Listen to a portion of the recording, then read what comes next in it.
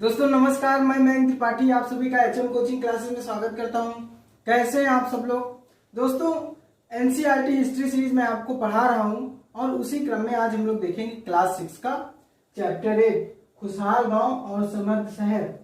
दोस्तों यहाँ पे गांव की बात की गई है, गांव के बारे में बताया गया है कि कैसे लोग थे उस समय पे, और शहरों की बात की गई है कैसे शहर थे, और मथुरा शहर के बारे में यहाँ पे इंटरेस्टिंग रोचक बातें बताई गई हैं। उससे पहले मैं आपको बता दूं ये क्लास आपको बहुत अच्छी लगने वाली है। अगर आप ये क्लास पूरी देखते हैं तो आपको बहुत महत्वपूर्ण तथ्य यहाँ से मिलेगा। साथ ही साथ ये भी बता दूं कि जब आप एनसीईआरटी किताब से ये चैप्टर पढ़ते हैं तो बहुत सारे महत्वपूर्ण फैक्ट आपके छूट जाते हैं इस टॉपिक में, क्योंकि वो आपको इंटरेस्टिंग नहीं लगता है। लेकिन आज मैं आपको ऐसी क्लास दूंगा जिसमें यहाँ पे आपको सारी चीजें इंटरेस्टिंग लगने वाली हैं और आपको बहुत अच्छे से समझ में भी आने वाला है। यहाँ पे आपको कुछ भी याद करने की जरूरत नहीं, सिर्फ आपको क्लास देखनी है और सारी चीजें समझ में आएंगी। ठीक है। इसके पहले की क्लासों में मैंने आपको बताया लोहे के बारे में कि लोहे का आविष्कार किस काल में माना जा सकता है। लगभग दोस्तों वैदिक सभ्यता आप पढ़े हैं तो वहां पे लोहे के थोड़े बहुत आप मान सकते हैं अवशेष मिले हैं। उसके बाद जब उत्तर वैदिक काल आता है तो लोहे का अधिकतर प्रयोग देखा गया है। जब मैंने आपको बताया था हल, पहले हड़प्पा काल में कैसा था, लकड़ी का हल था जिससे खेत जोतते हैं। उसके बाद वैदिक काल के बाद जब उत्तर वैदिक काल आता है तो वहां पे हमें लोहे के हल मिलने लगे, जिससे एक कृषि क्षेत्र में आप मान सकते हैं बहुत बड़ा बदलाव आ गया था। ठीक है। तो वही सारी चीजों से इस क्लास की शुरुआत है। उसके बाद इसमें बताया गया कि लोग गांव में कैसे रहते थे, दक्षिणी क्षेत्र में गांव में लोग कैसे रहते थे, उत्तर भारत में लोग कैसे रहते थे। उसके बाद हम लोग बात करेंगे शहरों की तरफ आएंगे, वहां पे बात करेंगे। ठीक है। और तमाम चीजें बात करेंगे जो महत्वपूर्ण है। सबसे पहले शुरुआत करते हैं आज की क्लास से लोहे से। लोहा बहुत महत्वपूर्ण है आर्थिक क्षेत्र में। लोहे आप मान सकते हैं लोहे की खोज ने आर्थिक क्षेत्र में बहुत बड़ा बदलाव कर दिया था उस समय के लोगों में। आज से लगभग 3000 वर्ष पूर्व, यानी कि आप वैदिक काल मान सकते हैं।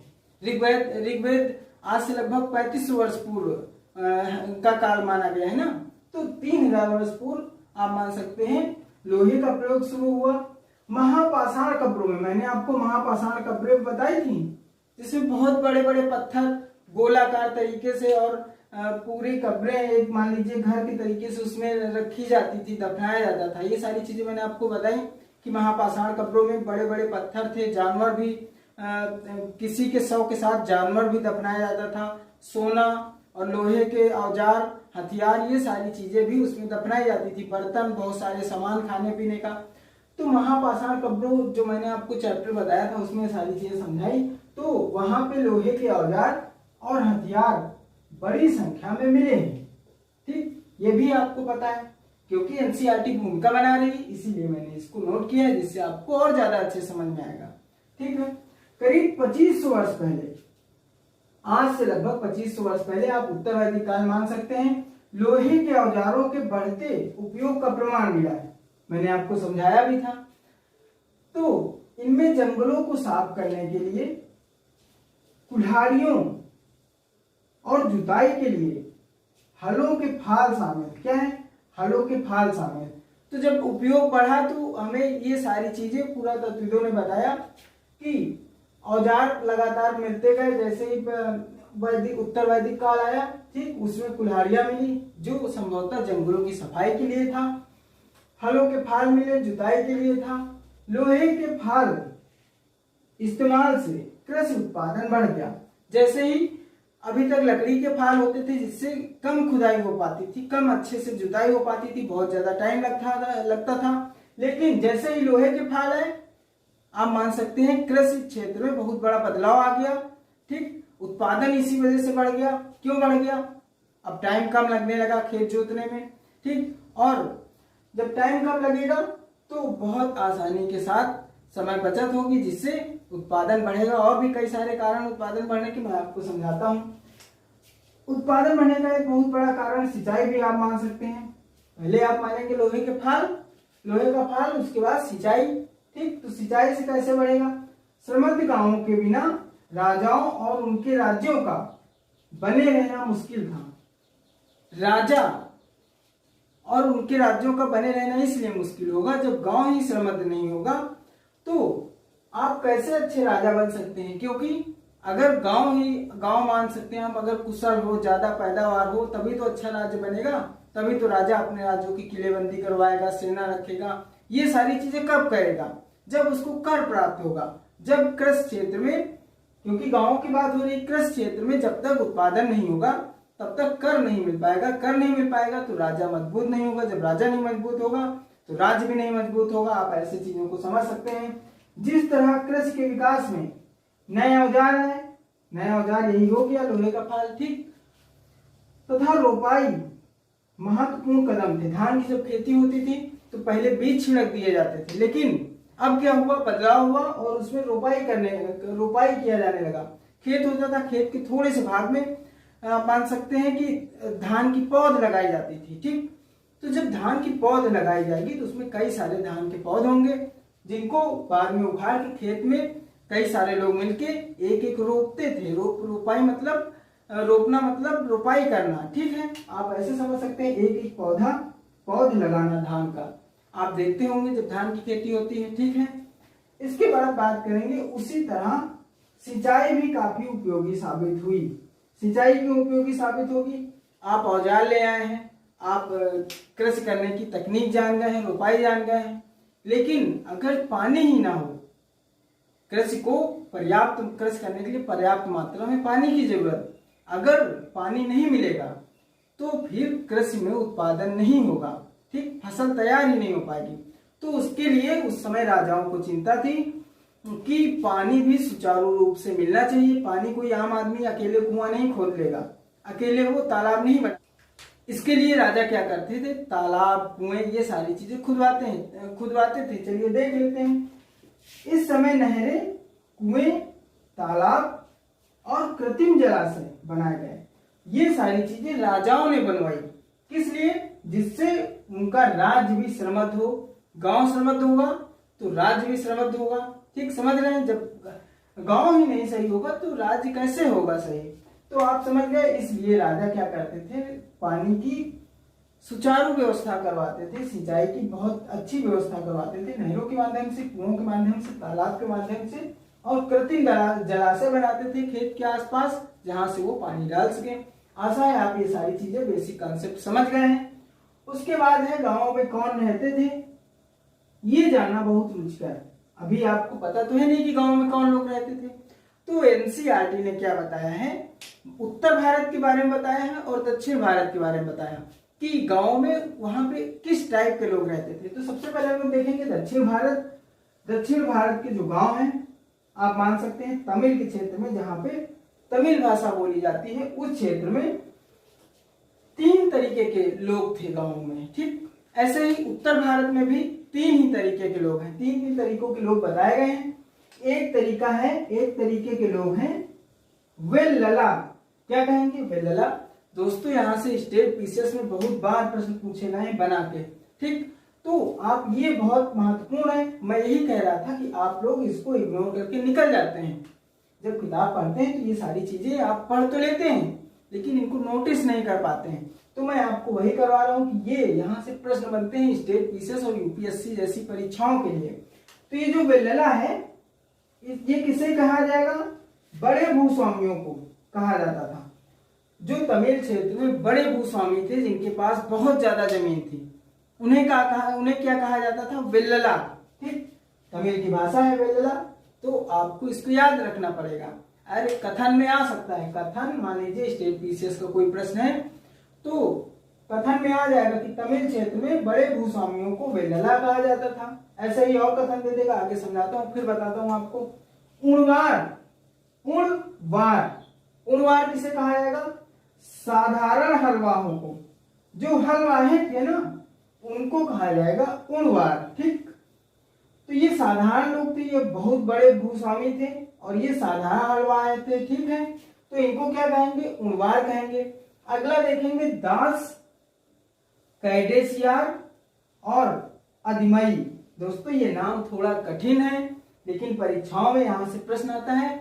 अगर आप स्टेट पीसीएस से यूपीएससी की तैयारी कर रहे हैं तो फिर आपके लिए बहुत ज्यादा ये महत्वपूर्ण हो जाता है, इसीलिए मैं इसमें जोर दे रहा हूँ। तो तो 3 तरीके के लोग होंगे, कौन कौन? वेल्लला, उणवार, दास कैंडेसियार कहेंगे इसको, या आप मान सकते हैं अदिमई कहेंगे। जो भूमिहीन मजदूर होते थे, जिनके पास भूमि नहीं होती थी, उन्हें कहेंगे दास कैंडेसियार और अदिमई। ठीक। और जो बड़े भूस्वामी थे उनको कहा जाता था वेल्लला। उणवार किसे कहते थे? जो साधारण हलवाहों को, जो साधारण हलवाहे होते थे उन्हें कहा जाता था उणवार। ठीक। आप मान सकते हैं जो खेत जोतते थे। ठीक। तो यहाँ पे प्रश्न इस टाइप से आएगा, आप यकीन मानिए यहाँ से प्रश्न पूछा भी गया है, और किस टाइप से आएगा मैं आपको ये भी बताना चाहता हूँ। कथन आ जाएगा निम्नलिखित में से तमिल क्षेत्र के बारे में सही नहीं है। 3 कथन देगा। वेल्लला जो बड़े बड़े भूस्वामी थे उन्हें कहा जाता है, दूसरा उणवार जो साधारण हलवाहे थे उन्हें क्या कहा जाएगा? उन्हें उणवार कहा जाएगा, और तीसरा आएगा दास कैंडेसियार को भूमिहीन मजदूर कहा जाता था। और एक आ जाएगा ऑप्शन, कुछ स्वतंत्र कृषक भी होते थे जिन्हें गृहपति कहते थे। ऐसे एक चौथा ऑप्शन आ जाएगा, तो आप ये वाला गलत करेंगे, ये तीनों आपके सही होंगे। तो यहां से आपकी बेसिक समझ पैदा होती है, यहां से प्रश्न पूछे भी जाते हैं, इसलिए आपको यहाँ पे अलर्ट मोड में रहना है। ठीक। एनसीईआरटी की यही उपयोगिता है, आपके लिए ये भी महत्वपूर्ण है, पर आप इसको मोटा मोटा पिछली क्लासों में पढ़ चुके हैं। सिंचाई की उपयोगिता आपको पता ही चल गई है। ठीक। और गांव में दक्षिण भारत के तमिल क्षेत्र के बारे में आप जान ही गए हैं। इसके बाद हम लोग देखेंगे उत्तर भारत के बारे में। ठीक। देश के उत्तरी क्षेत्र में, या उत्तर भारत मान सकते हैं। ठीक है दोस्तों, यहाँ पे भी 3 ही तरीके के लोग बताए गए हैं। पहला है ग्राम भोजक, दूसरा है गृहपति, और तीसरा है दास कर्मकार। 3 तरीके के लोग। यहां से बहुत प्रश्न बन सकता है, दक्षिण भारत या तमिल क्षेत्र से भी प्रश्न बन सकता है, ये इन तीनों से भी और इन तीनों से भी। ये महत्वपूर्ण है, इसलिए मैं जोर दे रहा हूं आपको थोड़ा सा। तो ये तीनों प्रकार चलिए देख लेते हैं। ग्राम भोजक किसको कहते थे? यह गांव का प्रधान व्यक्ति होता था। ग्राम भोजक कौन था? गांव का प्रधान व्यक्ति, यानी कि सबसे, आप मान सकते गांव का सबसे शक्तिशाली हो सकता है, सबसे ज्यादा प्रधान हो सकता है, सब लोग इसी की बात मानेंगे। ठीक। यह पद अनुवांशिक था। ये जो ग्राम भोजक का पद है, हर गांव में एक ग्राम भोजक होता था, और ग्राम भोजक का जो पद होगा वो अनुवांशिक होगा। ये है, फिर इसका जो लड़का होगा वो भी ग्राम भोजक ही कहलाएगा। ठीक।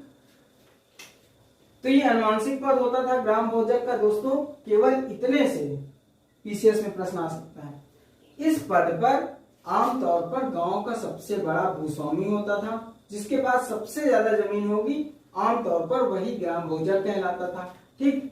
इसकी जमीन पर दास और मजदूर काम करते थे। जमीन इतनी ज्यादा होती थी, खुद कर नहीं पाता था, तो दास इसके होते थे और मजदूर होते थे जिनसे खेती करवाता था। राजा कर वसूलने का काम इन्हें सौंप देते थे, क्योंकि ये सबसे ज्यादा, आप मान सकते हैं, प्रभुत्व संपन्न था ये। तो इसीलिए राजा इसको, आप मान सकते हैं, आर्डर दे देता था कि आपको कर वसूलना है। ठीक। ये न्यायाधीश और पुलिस का भी काम कर लेता था। कभी कभी ये न्यायाधीश भी बन जाता था गांव का, जैसे कोई न्याय करना हो, कोई लड़ाई झगड़ा किसी का हुआ हो, तो फिर ये न्यायाधीश भी बन जाता था, और जैसे किसी की सुरक्षा करनी हो तो फिर ये पुलिस भी बन जाता था। कौन? ग्राम भोजक की बात कर रहा हूं। तो अगर स्टेट पीसीएस, क्योंकि ये उत्तरी भारत की बात है, आप यूपी पीसीएस की परीक्षा दे रहे हैं, तो यहां से प्रश्न आ सकता है कि ग्राम भोजक के बारे में सत्य है। ऐसे ही तो प्रश्न आते हैं यूपीएससी और स्टेट पीसीएस में, कि ग्राम भोजक के बारे में सत्य है। एक आएगा ऑप्शन, ये गांव का प्रधान होता था। दूसरा आएगा कि ग्राम भोजक का पद अनुवांशिक था। तीसरा आएगा कि आमतौर पर ग्राम भोजक के पास सबसे ज्यादा जमीन होती थी। ठीक। इसकी जमीन पर दास और मजदूर काम करते थे। ऐसे आ जाएगा। फिर आएगा केवल 1 सही, केवल 2 सही, केवल 3 सही, चारों सही। इस टाइप के क्वेश्चन यहाँ से बन सकते हैं। तो देश के उत्तरी क्षेत्र में आपने पहला देख लिया, गांव में जो लोग रहते थे, पहला है ग्राम भोजक। उसके बाद थोड़ा और नीचे आएंगे गृहपति। ग्राम भोजक के बाद दूसरा टाइप होगा गृहपति। कुछ स्वतंत्र कृषक भी होते थे जिन्हें गृहपति कहते थे। इनमें ज्यादातर छोटे किसान होते थे। ग्राम भोजक तो बहुत बड़ा किसान हो गया, इसके पास सबसे ज्यादा भू थी, भू मतलब जमीन थी, ठीक। लेकिन जो गृहपति होगा ये स्वतंत्र कृषक होगा, इसके पास ये छोटा मोटा किसान है, इसके पास थोड़ी बहुत जमीन है, जो अपना काम स्वयं करेगा, जाएगा अपनी खेती करेगा और राजा को कर देगा। किसके माध्यम से? ग्राम भोजक के माध्यम से। आशा है आप समझ रहे हैं चीजों को। अगला होगा दास कर्मकार। ये दास कर्मकार, इनके बारे में बताता हूं। ऐसे लोग जिनके पास अपनी जमीन नहीं होती थी उन्हें दास कर्मकार कहते थे।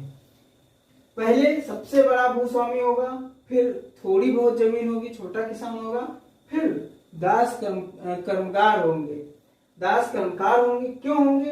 इनके पास कुछ जमीन नहीं, जरा सी भी नहीं, इन्हें दूसरों की जमीन पर काम करके अपनी जीविका चलानी पड़ती थी, तो ये लोग ग्राम भोजक के यहाँ काम करते थे। आप ऐसे मान सकते हैं। क्यों करते थे? क्योंकि इनके पास जमीन नहीं होती थी और ग्राम भोजक के पास सबसे ज्यादा जमीन होती थी, तो इसलिए यहाँ पे देखिए दास और मजदूर से काम भी कराते थे, इसीलिए दास कर्मकार लोग इनके यहाँ काम करते थे। ये तीनों दोस्तों यहाँ से बहुत प्रश्न बन सकते हैं, ये महत्वपूर्ण है। किताब से आप पढ़ते हैं तो आप ये फैक्ट उड़ा ले जाते हैं, आप नहीं पढ़ पाते हैं, या बहुत अच्छे ये नोटिस करके नहीं पढ़ते हैं, इसलिए मैं यहाँ पे जोर दे रहा हूँ। प्रश्न यहाँ से आता है, हमें पता है, इसलिए मैं आपको बता रहा हूँ। इसके बाद कुछ और चीजें थी गाँवों में जो महत्वपूर्ण है, देख लीजिए। अधिकांश गाँवों में लोहार, कुम्हार, बढ़ई तथा बुनकर जैसे कुछ शिल्पकार भी होते थे। अब गांव में सिर्फ कृषक और मजदूर ही तो रहेंगे नहीं, वहां पे तो लोहार ही होंगे, बढ़ई के पास जाते थे, बुनकर के पास जाते थे, ठीक। तो ये सब शिल्पकार की श्रेणी में आते हैं, ठीक है। इसके बाद हम लोग देखेंगे एक महत्वपूर्ण टॉपिक जिसे कहेंगे आप प्राचीनतम तमिल रचनाएं। प्राचीनतम तमिल रचनाएं दोस्तों, ये एक प्राचीनतम ग्रंथ है। जैसे आपके यहाँ, जैसे आप मान सकते हैं वैदिक काल में ऋग्वेद और अथर्ववेद, यजुर्वेद और सामवेद, ठीक, उपनिषद, वैसे ही ये तमिल ग्रंथ है, ठीक। इसको कहेंगे संगम साहित्य। ये तमिल रचनाओं को आप क्या कहेंगे? संगम साहित्य। दोस्तों प्रश्न डायरेक्ट ऐसे भी पूछा गया है कि प्राचीनतम तमिल रचनाओं को क्या कहा गया? आप कहेंगे संगम साहित्य, ठीक। ये प्रश्न पूछा गया है, इसलिए मैं इसको नोटिस करा रहा हूँ। संगम साहित्य किससे संबंधित है? आप कहेंगे तमिल रचनाओं से, ठीक। इसको याद रखिएगा। यहाँ से इस प्रकार के भी प्रश्न आ जाते हैं कि इलाहाबाद के यहाँ से, और इलाहाबाद के बारे में कुछ ऑप्शन दे देता है जिससे आप लोग कंफ्यूज हो जाते हैं। तो यहाँ पे कंफ्यूज नहीं होना है आपको। संगम साहित्य तमिल रचनाओं से संबंधित है। पहले मोटा मोटा फैक्ट आप ये याद रखिए। इसके बाद देखेंगे संगम साहित्य होता क्या है। तमिल की प्राचीनतम रचनाओं को संगम साहित्य कहते हैं। जब मैं आपको वैदिक काल पढ़ा रहा था तो बताए थे कि कई सारे ग्रंथ हैं जिसमें तमिल रचनाएं भी एक प्राचीनतम ग्रंथ है, आप मान सकते हैं। तो तमिल की जो प्राचीनतम रचना है उन्हें संगम साहित्य कहते हैं, ठीक। इनकी रचना करीब 2300 साल पहले की गई। आज से 2300 साल पहले 3500 वर्ष पूर्व ऋग्वेद की रचना की गई, तो ये उसी के बाद ही तमिल संगम साहित्य की रचना की गई, आप ऐसे मान सकते हैं, ठीक। इसलिए इन्हें संगम साहित्य कहा जाता है क्योंकि मदुरई के कवियों के सम्मेलनों में इनका संकलन किया जाता है। यहाँ पे मदुरई में हमेशा क्या होता था, आप मान सकते हैं, साल में एक बार मदुरई में कवियों के सम्मेलन होते थे। जब सम्मेलन को ही संगम कहा गया, कवियों के सम्मेलन होते थे, फिर इनका संकलन किया जाता था, इसीलिए इसको कहा गया है संगम साहित्य। दोस्तों यहाँ पे मदुरई, एक बहुत महत्वपूर्ण फैक्ट आपको मैं बता दूं मदुरई के बारे में। मदुरई में आपको पता होगा एक मंदिर है, मीनाक्षी मंदिर। मीनाक्षी मंदिर जानते होंगे, ठीक है, मदुरई में है। मदुरई है कहाँ, किस राज्य में है आपसे अगर पूछ लिया जाए तो आप क्या बताएंगे? तमिलनाडु। क्या बताएंगे? तमिलनाडु। तो मदुरई तमिलनाडु राज्य में, मदुरई में क्या है? मीनाक्षी मंदिर। मदुरई किस नदी के किनारे है? आप बताएंगे वैगई की नदी के किनारे, ठीक, वैगई नदी के किनारे। अगर आपसे ये पूछ लिया जाए पूर्व का एथेंस किसे कहते हैं? क्या पूर्व का एथेंस? आप कहेंगे मदुरई। दोस्तों ये प्रश्न एसएससी सीजीएल में पूछा गया कि पूर्व का एथेंस किसे कहा जाता है। आप कहेंगे मदुरई। तो ये सारे महत्वपूर्ण फैक्ट आपको पता होने चाहिए। एक महत्वपूर्ण फैक्ट और है इसका, फैक्ट है तुंगा नगर। कौन सा नगर? तुंगा नगर। ये तमिल में है। तुंगा तुंगा मतलब होता है कभी न सोना। तो तुंगा नगर मतलब होता है कभी न सोने वाला नगर। क्या? कभी न सोने वाला नगर। ये महत्वपूर्ण फैक्ट है। मदुरई के बारे में बहुत पूछा जाता है, हमारे ध्यान में आ गया तो मैंने आपको बता दिया कि मदुरई में मीनाक्षी मंदिर है, बहुत फेमस मंदिर है। आपको यहाँ पे एक बार जाना चाहिए, देखना चाहिए। ठीक है, आप जाएंगे तो अच्छा लगेगा, हम भी जाना चाहते हैं क्योंकि हम इस पे रिसर्च किए। मीनाक्षी मंदिर बहुत अच्छा है। ठीक, तो मदुरई में मीनाक्षी मंदिर है। और मदुरई किस नदी के किनारे? वैगई नदी। कौन सी नदी? वैगई नदी। ये भी प्रश्न पूछा जाता है, ये भी पूछा जाता है। मदुरई किस राज्य में है? ये भी पूछा जाता है, तमिलनाडु में। पूर्व का एथेंस किसे कहते हैं? मदुरई को। ये भी प्रश्न पूछा जाता है, आपको बताया ही कि एसएससी सीजीएल में पूछा गया है। तुंगा नगर किसे कहते हैं? आप कहेंगे कभी ना सोने वाला नगर। तुंगा नगर मदुरई को कहते हैं। ठीक, तो ये इतने फैक्ट मदुरई से पूछे जाते हैं। आशा है आपको यहाँ पे कुछ नया मिला होगा।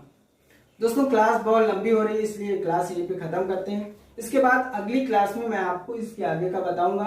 ठीक, तो उसमें मैं आपको बताऊंगा जातक कथाओं के बारे में, जातक कथाएं कहाँ से ली गई हैं इसके बारे में बताऊंगा। और आप खुशहाल गांव के बारे में देख चुके हैं, समृद्ध शहर के बारे में मैं आपको बताऊंगा। और वहां पे मथुरा के बारे में बताऊंगा, शिल्पकारों के बारे में बताऊंगा। और सांची स्तूप में कैसे आप जानेंगे कि यहाँ पे नगर थे। तो ये सारे नगर और शहरों के बारे में आपको मैं बताऊंगा। पुदुचेरी में एक स्थल है, उसके बारे में बताऊंगा। तो यहाँ पे बहुत महत्वपूर्ण और बहुत रोचक क्लास होने वाली है कल की। ठीक, तो ये महत्वपूर्ण रोचक क्लास के लिए आपको कल वीडियो मिलेगा। और हमें लगता है कि आज की क्लास से ज्यादा रोचक कल वाली क्लास होगी। उसमें इतने महत्वपूर्ण फैक्ट है ना, और इतना रोचक है कि आप बस देखेंगे और फिर आपको पता ही नहीं चलेगा कि कब क्लास खत्म हो गई। ठीक, इतना रोचक तरीके से मैं कल की क्लास लेने वाला हूँ और रोचक फैक्ट भी उसमें। दोस्तों वीडियो आपको कैसी लग रही है आप हमें जरूर बताइए। आपको हमें आपका सपोर्ट की जरूरत है। ठीक, तो आप चैनल को सब्सक्राइब करें, लोगों को शेयर किया करें। नंबर आप सब्सक्राइबर जैसे ही बढ़ते हैं मैं आपके लिए लाइव आऊंगा। आपको कोई परेशानी होती है, समस्या है, तो आप हमारे टेलीग्राम चैनल से जुड़ सकते हैं। लिंक आपको डिस्क्रिप्शन में दे दिया गया है।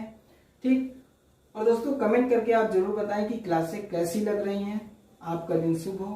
धन्यवाद।